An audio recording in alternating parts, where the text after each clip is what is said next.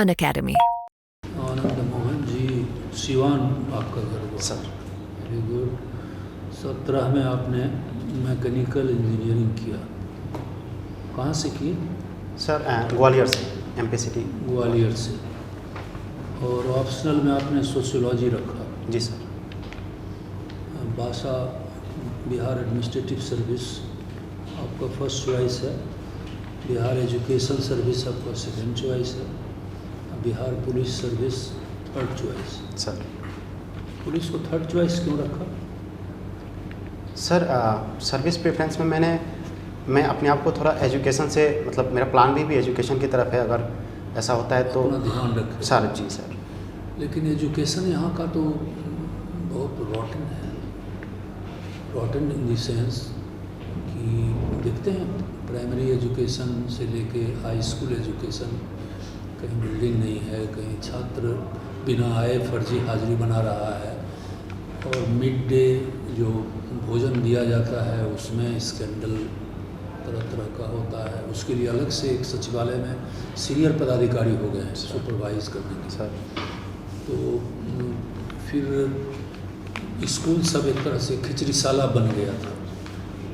तो एजुकेशन में आपने दूसरा है कि करप्शन बहुत ज़्यादा है एजुकेशन में, ट्रांसफ़र, पोस्टिंग, खास करके लोअर और डिस्ट्रिक्ट लेवल में टीचर से बड़ा सख्त किया जाता है, उसके वेतन से हेल्ड ओवर कर देगा रिलीज करने में।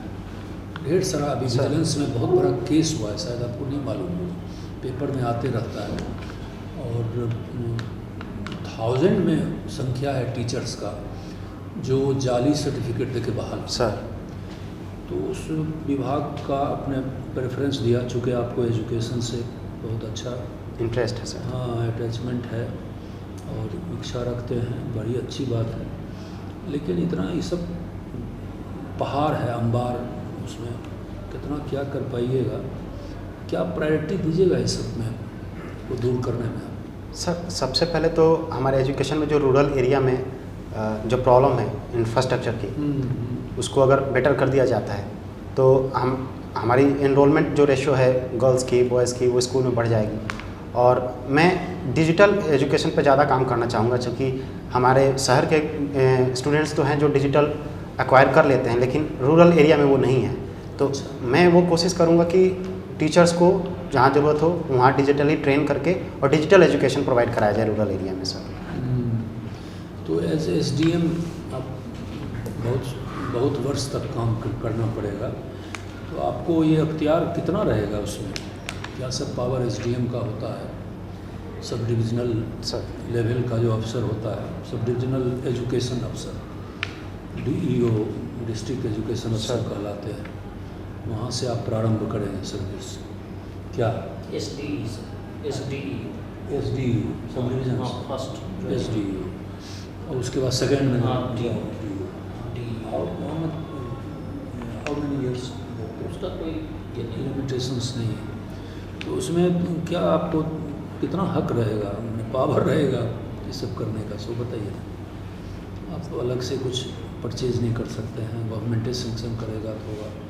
और गवर्नमेंट के पास इतना ज़्यादा प्रॉब्लम सब है, कहीं मकान नहीं है, कहीं बच्चों के लिए और गरीबी है, मोबाइल नहीं है, स्मार्टफोन नहीं है, तो डिजिटल कैसे करेंगे? सर जो भी रिसोर्सेज अवेलेबल हैं मतलब गवर्नमेंट के पास, मैं अपने दायरे में जो भी मेरे पास हो सकता है मैं उसको मैक्सिमाइज करने की कोशिश करूँगा चाहिएगा सर।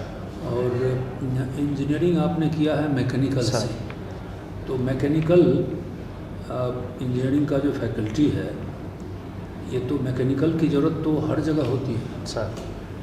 इवन कंप्यूटर में भी इसका शेप साइज़ तो हमको नहीं लगता है कंप्यूटर वाला करता होगा, आप ही लोग डिज़ाइन करते हैं? सर मैकेनिकल इंजीनियरिंग, हाँ डिज़ाइन मैकेनिकल का काम सब जगह है सर, बड़ा फैक्ट्री से लेके छोटा छोटे छोटे जगहों पर। तो आपने मैकेनिकल इंजीनियरिंग किया है 19 में, कहीं जॉब ज्वाइन किया है? सर 2017 में किया है एक्चुअली। हैं? 2017 में होगा आपका 17 में है? सर। 17 में है, सर। तो कहीं ज्वाइन किया है? सर जॉब में कैंपस में मैंने कोशिश किया था बट उसमें हो नहीं पाया। अच्छा। बट साथ में मैंने गेट का प्रिपरेशन किया था, तो गेट क्वालिफाई किया फिर मैंने मास्टर्स किया सर मैन्युफैक्चरिंग में NIT सिलचर से। अच्छा वाह। तो लेकिन वो सर कोविड से इम्पैक्टेड रहा, तो उसमें जो आउटकम मुझे चाहिए था वो नहीं मिल पाया। नहीं उसके बाद से मैं सर सिविल सर्विसेज की तैयारी कर बच्चों रहा को हूँ। बहुत इफेक्ट किया है, बिल्कुल बिल्कुल सही कहा। तो कैसे समय बिताया उस बीच में 5 साल? सर मैं 2020 में जब कोविड से इम्पैक्ट होकर मैं यहाँ पे आया, मास्टर्स के मैं सेकेंड ईयर में था, वो प्रभावित हुआ और फिर मैं अपने फैमिली बिजनेस में थोड़ा इन्वॉल्व हो गया। सर्कमस्टेंसेस ऐसे थे कि इन्वॉल्व होना पड़ा और मैं फैमिली बिजनेस के साथ साथ मैं सिविल सर्विसेज की मैंने BPSC की तैयारी कर रहा था और ये सर मेरा दूसरा अटैम्प्ट है और फर्स्ट इंटरव्यू सर। अच्छा वाह, सेकंड अटेम्प्ट है सर। तो पिछली बार आप PT में किए थे क्या? सर मेंस लिखा था, मेंस नहीं हो पाया मेंस में आए सर। तो मेंस में सब्जेक्ट आपका है कौन सा? सोशोलॉजी है। तो सोशोलॉजी तो बहुत अच्छा सब्जेक्ट है। सर पिछली बार मैंने मैकेनिकल रखा था हाँ। क्योंकि based on the past record of BPSC मैंने देखा था कि साइंस के सब्जेक्ट अच्छे स्कोर कर रहे हैं और प्लस मैकेनिकल में मैंने गेट की तैयारी की थी तो थोड़ी बेसिक जानकारी भी थी, तो मैंने सोचा कि मैकेनिकल ऑप्शनल रख के देखते हैं। तो उसमें सर कैलकुलेटर अलाउड नहीं करते BPSC, जिसकी वजह से मैकेनिकल में थोड़ा स्कोर कम हो गया और मेंस में नहीं क्वालिफाई करने का कारण मानता हूँ उसको, इसलिए मैंने इस अटैम्प्ट में चेंज कर लिया सर सब ऑप्शन।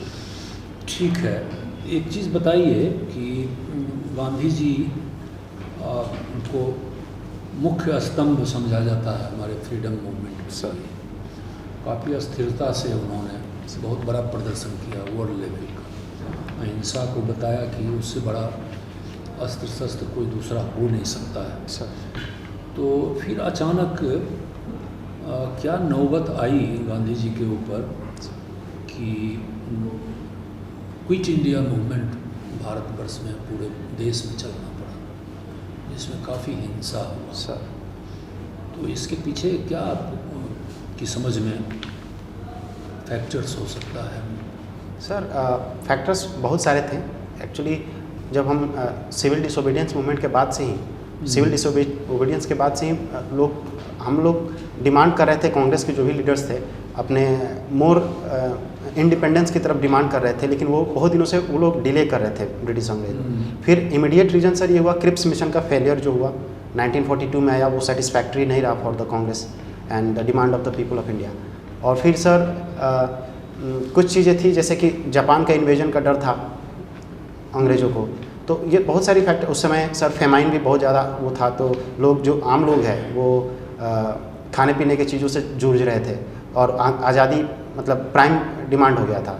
फिर ऐसे हालत में महात्मा गांधी जी को वो क्विट इंडिया मूवमेंट चलाना पड़ा। हालांकि वो चाहते थे कि ये नॉन वायलेंट रहे, लेकिन चूँकि वो गिरफ्तार हो गए दूसरे दिन तो पब्लिक थोड़ा रैम्पेज में वायलेंस में हो गया सर।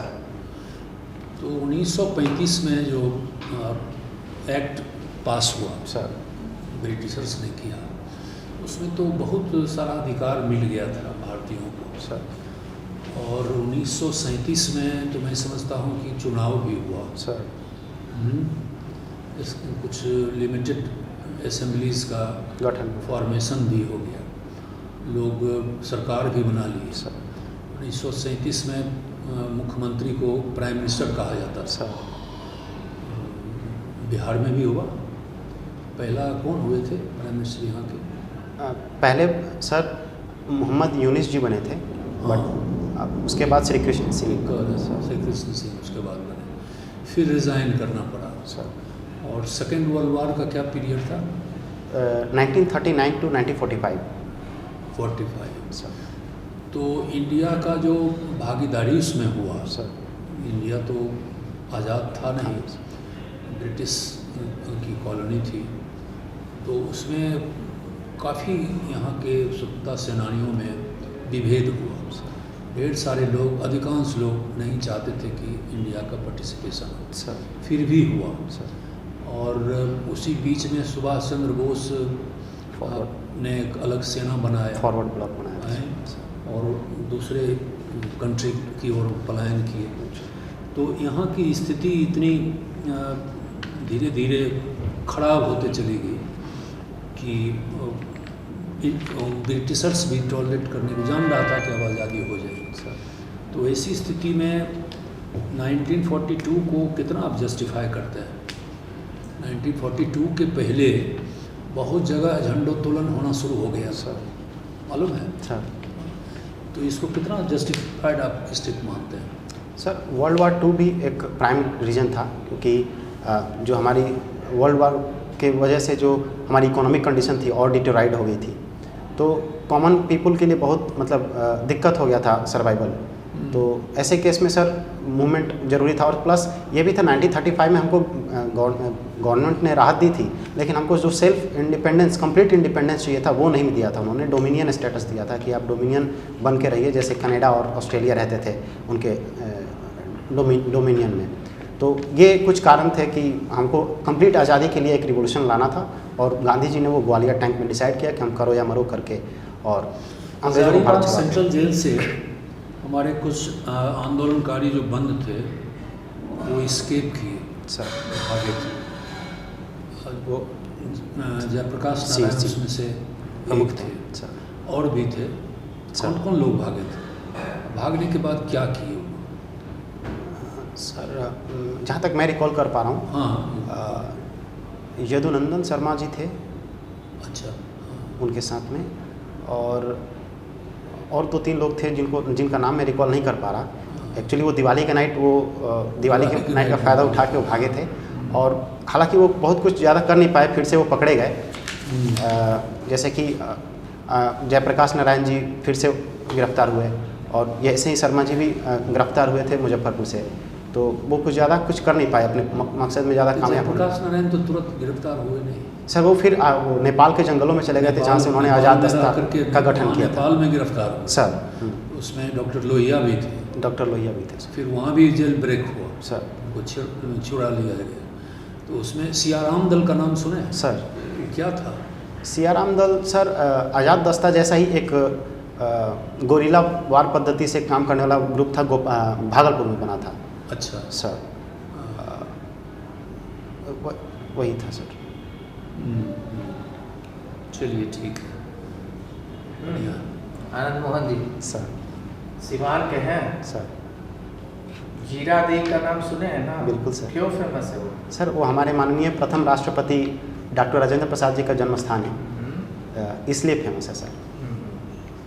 ठीक है, ये हमारे बिहार का, बिहार कितने बार विभाजित हुआ?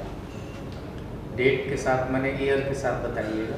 सर मैं जहाँ तक रिकॉल कर पा रहा हूँ, हाँ। सबसे पहली बार 1912 में जब बंगाल डिवीज़न से अलग हुआ, बिहार उड़ीसा झारखंड उस समय एक था। फिर 1936 में 1 अप्रैल 1936 को हुआ, उड़ीसा अलग कर दिया गया, और फिर 15 नवंबर 2000 को बिहार से झारखंड अलग कर दिया गया। ये डिवीज़न ठीक है, झारखंड बिहार से अलग हो गया, सर। उसका बिहार पे कुप्रभाव पड़ा या अच्छा प्रभाव पड़ा, और क्या प्रभाव पड़ा बिहार में? सर जहाँ तक हम आंकड़ों की बात करें, आंकड़ों ने ऐसे ही बताइए सर जब तक झारखंड था हमारे साथ, तब तक हमारी जो इकोनॉमिक डेवलपमेंट थी वो अच्छी थी, काफ़ी अच्छी थी। लेकिन चूँकि झारखंड के अलग हो जाने के बाद ज़्यादातर 95% से ज़्यादा मिनरल्स झारखंड में चले गए, तो उसका प्रभाव हमारी इकोनॉमिक हेल्थ पे ज़रूर पड़ा सर। तो अभी हमारा इकोनॉमी सर झारखंड से अच्छा है कि झारखंड का अच्छा है? माने ग्रोथ में सर फास्ट कौन है ज़्यादा? सर बिहार है ये ग्रोथ। कैसे हो गया जब हम लोग का ये बुरा स्थिति था? तो सर मिनरल के जाने के बाद भी छोड़िए, हम मिनरल की बात खाली नहीं कर रहे हैं, मतलब कैसे क्यों बढ़ गए? सर बिहार ने बाकी जैसे कि अपने प्राइमरी सेक्टर में एग्रीकल्चर पे, और सेकेंडरी सेक्टर में जैसे छोटे इंडस्ट्रीज़ के बहुत सारे पॉलिसी पिछले कुछ 4-5 सालों से बहुत ज़्यादा काम कर रही है बिहार सरकार। और प्लस ट्रांसपोर्ट सेक्टर जो है अपना सर, सबसे ज़्यादा ग्रोथ रेट उसमें देखा गया है। तो इन सब चीज़ों की वजह से हमारी इकोनॉमी की हेल्थ बहुत अच्छी सुधर रही है सर, और अभी हम 3रे नंबर पे हैं ग्रोथ रेट के मामले में। ठीक है, हम 3रे नंबर पर हैं, हमारा इकोनॉमी इतना फास्ट ग्रो कर रहा है, सर फिर भी मतलब बिहार का उतना अच्छा इमेज बाहर में क्यों नहीं है? बिहार के बाहर सर ये थोड़ा सा मेरे को लगता है वक्त लगेगा, क्योंकि एक इमेज जो बन जाता है किसी के माइंड में फर्स्ट प्राइमा फेसी, उसको थोड़ा सा धूमिल करने में वक्त लगता है। लेकिन जिस गति से बिहार प्रगति कर रहा है, मुझे पूरा विश्वास है कि बहुत जल्दी ये इमेज बदलेगा सर। कास्ट सर्वे अभी सुने होंगे हो रहा है सर। तो ये क्या आप मानते हैं, अच्छा मानते हैं या बुरा मानते हैं? सर हमारी गवर्नमेंट ने अभी कास्ट सेंसस जो कराया, उसका प्राइम एम था हम अपने समाज के उन सोशियो इकोनॉमिक बैकवर्ड क्लासेस को आइडेंटिफाई करके और जो भी अभी तक जो रिजर्वेशन के माध्यम से जो भी हमारे मुख्य धारा में हमारे समाज के लोग आए हैं उनको आइडेंटिफाई करके और जो रह गए हैं जिनको हमें अभी डेवलपमेंट वर्क जहाँ तक पहुँचाना है उनको हम फ़ायदा ज़्यादा से ज़्यादा पहुँचाएँ। तो उस मामले में सर बहुत अच्छी चीज़ है ये, लेकिन चूँकि हर चीज़ के दो पहलू होते हैं तो इसके भी कुछ नुकसान हैं, जैसे कि कास्ट कॉन्शियसनेस हमारे राज्य में और बढ़ गया है, ये सब चीज़ें हैं। कुछ पॉलिटिकल बेनिफिट्स भी उठा सकते हैं कास्ट डाटा का सर लोग, ये भी दिक्कत है। ठीक है, बिहार के सामाजिक व्यवस्था में सर हमारा सोशल प्रॉब्लम्स क्या क्या है बिहार में अभी वर्तमान में? सर सोशल प्रॉब्लम में मैं सबसे पहले एजुकेशन पे ध्यान रखूँगा कि हमारी एजुकेशन स्थिति। नहीं, प्रॉब्लम्स क्या क्या है, ध्यान छोड़ दीजिए, अभी प्रॉब्लम्स क्या क्या है हमारा सोशल? सर हमारी एजुकेशन बहुत लो है और हमारे यहाँ अभी मतलब अनएम्प्लॉयमेंट बहुत ज़्यादा है। एक्चुअली पॉपुलेशन ज़्यादा होने की वजह से और हम लोग के पास उतना पोटेंशियल नहीं है कि हम एम्प्लॉयमेंट जनरेट कर सकें, तो वो अनएम्प्लॉयमेंट बहुत ज़्यादा है। और तीसरा प्रॉब्लम मैं मानता हूँ सर कि जैसे कुछ वुमेन्स की जो रिगार्डिंग, हालांकि बहुत अच्छी प्रोग्रेस किया हमने, लेकिन वुमेन एजुकेशन ये सब चीज़ें थोड़ी सी दिक्कत है अभी भी। हेल्थ इंफ्रास्ट्रक्चर भी सर डाउन है थोड़ा। कनाडा से अभी हम लोग का रिलेशनशिप क्यों बिगड़ गया है थोड़ा? सर कुछ बीते मतलब दिन में हरिदीप सिंह निज्जर नाम के एक खालिस्तानी समर्थक थे कनाडा में और उनकी हत्या कर दी गई और वहाँ के माननीय प्रधानमंत्री जस्टिन ट्रूडो द्वारा ये आरोप लगाया गया कि ये भारत का हाथ है इसमें, भारत के इंटेलिजेंस एजेंसी का। तो इसको लेकर के हमारे रिलेशन ख़राब हो गया सर थोड़े। मणिपुर की क्या समस्या है? सर मणिपुर में दो समुदायों के बीच में, मीती और कुकी के बीच में, किसके? मैती और कुकी, उनके बीच में झड़प हुआ था बीते मई हमारे यहाँ। इनमें एक्चुअली वहाँ के हाई कोर्ट ने मैती समुदाय जो कि एसटी शेड्यूल ट्राइब से बिलोंग नहीं करते, उनको शेड्यूल ट्राइब में करने का आदेश दिया और उसके बाद से हालत बिगड़ते गए और हिंसा का रूप बहुत भयानक ले लिया सर वहाँ पे। अम्रपाली का नाम सुने हैं सर? क्या उसके बारे में 2-3 लाइन बताइए। सर मैंने सुना है, जहाँ तक वो एक डांसर थी, बहुत मशहूर डांसर थी, अपने बिहार के ही मैं रिकॉल नहीं कर पा रहा, अपने बिहार के ही किसी जनपद की थी सर, तो मैं निकल नहीं और बस सर ये उनसे रिलेटेड और कुछ एक के दो लाइन? बगल के वैशाली की थी, वैशाली की थी सर। मणिका थी sir Pradhan. Thank you sir. तो उनका कुछ बताइए, कुछ उनके बारे में कोई कहानी जानते हो? Sorry sir. नहीं जानते सर। पिछले साल बुकर्स अवार्ड किसे मिला था? सर पिछले साल बुकर्स अवार्ड गीतांजलि श्री जी को मिला था 2021 में और 2022 में। 22 में हाँ 22 ठीक है, आप बोल अच्छा। रहे हैं नाम सही। गीतांजलि श्री जी को मिला था। किस पुस्तक के लिए? द टॉम्ब ऑफ सैंड उन्होंने लिखा था। हिंदी में बताइए। रेत का, वो तो ट्रांसलेट की टॉम्ब ऑफ सैंड, उसको भी आधा मिला सर। रेत का टीला कुछ ऐसा। रेत समाधि, टॉम्ब ऑफ सैंड। आप तो इंग्लिश में ठीक बोल रहे हैं। सर। अभी नोबेल पीस पुरस्कार किसको मिला है? ये अभी just। सर ये नरगिस मोहम्मदी को मिला है, जो कि ईरानियन है और सर वो उन्होंने मतलब वुमेन के स्टेटस के लिए काफ़ी काम किया है, इसी वजह से उनको मिला है सर। Very good. आप बिहार एडमिनिस्ट्रेटिव सर्विस चुने हैं ना, तो किस दिशा में आप काम करना चाहिएगा जब ऑफिसर होकर बिहार आइएगा, सेलेक्ट होकर? सर अभी मैं ऐसा, मेरे सामने जो भी चुनौती आएगी उसके हिसाब से मैं अपने आप को जो भी चुनौती सामने आएगा उसमें वो करूँगा। मैं ऐसा कुछ डिसाइड नहीं किया। कोई माने किसी सेक्टर में जो आप? सर मैं एजुकेशन को सबसे प्राइम पे रखूँगा, क्योंकि मैं मानता हूँ कि बिहार में हमारे सामाजिक जितना भी अभी तक पिछड़ेपन का कारण है उसको हम education, not literacy but proper quality education देकर हम उसको सही कर सकते हैं और इसलिए मैं उस पर काम करना चाहूँगा sir. Very good, thank you sir. Anand ji sir बताइएगा कि किस वाद में सर्वोच्च न्यायालय ने यह निर्धारित किया है कि राज्य के नीति निर्देशक तत्व और मौलिक अधिकार दोनों एक दूसरे के पूरक हैं, एक दूसरे के विरोधी नहीं? सर ये मिनर्वा मिल्स केस 1980 में ऐसा हुआ कि हमारे माननीय सर्वोच्च न्यायालय ने ये कहा कि वो रथ के दोनों पहिया के समान है, दोनों DPSP एंड फंडामेंटल राइट्स दोनों एक सिक्के संपूरक हैं सर। अभी एक आया है डाटा नीति आयोग का सर्वांगीण गरीबी सूचकांक सर ना, इसमें सबसे अधिक गरीबी रेखा के मतलब गरीबी रेखा को के नीचे जो लोग थे उनको ऊपर लाने में सबसे अधिक संख्या किस स्टेट की है? संख्या की बात करें तो सर उत्तर प्रदेश की है, हाँ। और बिहार का भी बहुत अच्छा प्रदर्शन रहा इसमें सर, किस में बिहार का अच्छा प्रदर्शन है? परसेंटेज वाइज में सर। परसेंटेज में सबसे अच्छा। बहुत बढ़िया। बताइएगा कि बिहार जो है वो एक अपना प्लान बना रहा है नेट जीरो करने का, कब तक? सर जहाँ तक मैं रिकॉल कर पा रहा हूँ 2040 का प्लान है हमारा कि नेट जीरो 30-40 ऐसे जनरली बिहार सरकार का है कि 30 तक हम लोग कर लेंगे net zero. Thank you sir. Net zero क्या मतलब कार्बन उत्सर्जन जीरो हो जाएगा?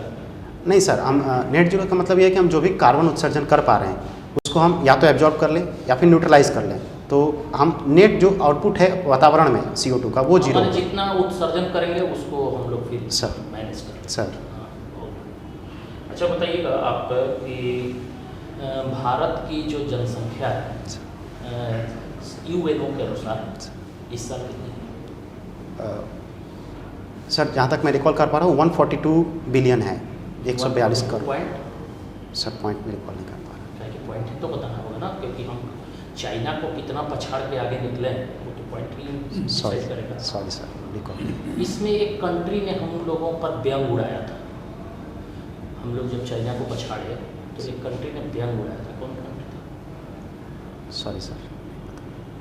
हम लोग वो एक ट्रेन का चित्र बनाया था जिसमें सब लटके फटके थे और वो दिखा रहा है कि चाइना का बुलेट ट्रेन हम लोग पार कर रहे हैं और हम लोग आगे। सॉरी सर मैंने नहीं दिखाना मेरे को। वो बड़ा विवादित हुआ था। सर वो जर्मनी, मैं देख लूँगा सर। जर्मनी था। हाँ। Thank you sir. ये जो है बहुत विवादित हुआ था। उसका 6 कुछ है, 6.2 है, 6.5 है, हम लोग 142.82 वैसे हम लोग उसको पछाड़ ओके, देना चाहिए। Thank you sir. हाँ। अच्छा बताइएगा कि अभी जो है ये ब्रिक्स में साउथ अमेरिका का कौन सा कंट्री जुड़ा है सर नया लेटेस्ट? ब्रिक्स में अर्जेंटीना हाँ और हाँ, अर्जेंटीना पहले से तो ब्राज़ील है ही। ब्राज़ील तो है ही, अर्जेंटीना जो है sir south Argentina, America. South America का अर्जेंटीना। सर बिल्कुल। बताइएगा कि हमारे संसद का उद्घाटन किस दिन? सर मैं नई संसद भवन जो है उसका उद्घाटन किस दिन? मैं जहाँ तक रिकॉल कर पा रहा हूँ सर 28 मई 2023। हाँ 28 मई को। इसमें पहली बैठक में, संसद की पहली बैठक भी विशेष बैठक सर। थी, उसमें कौन सा विधेयक पारित हुआ? सर उसमें सबसे चर्चित विधेयक जो पास हुआ वो था नारी बंधन अधिनियम हाँ हाँ 2023, ये पास हुआ था सर। ठीक है, बहुत थैंक यू सर। और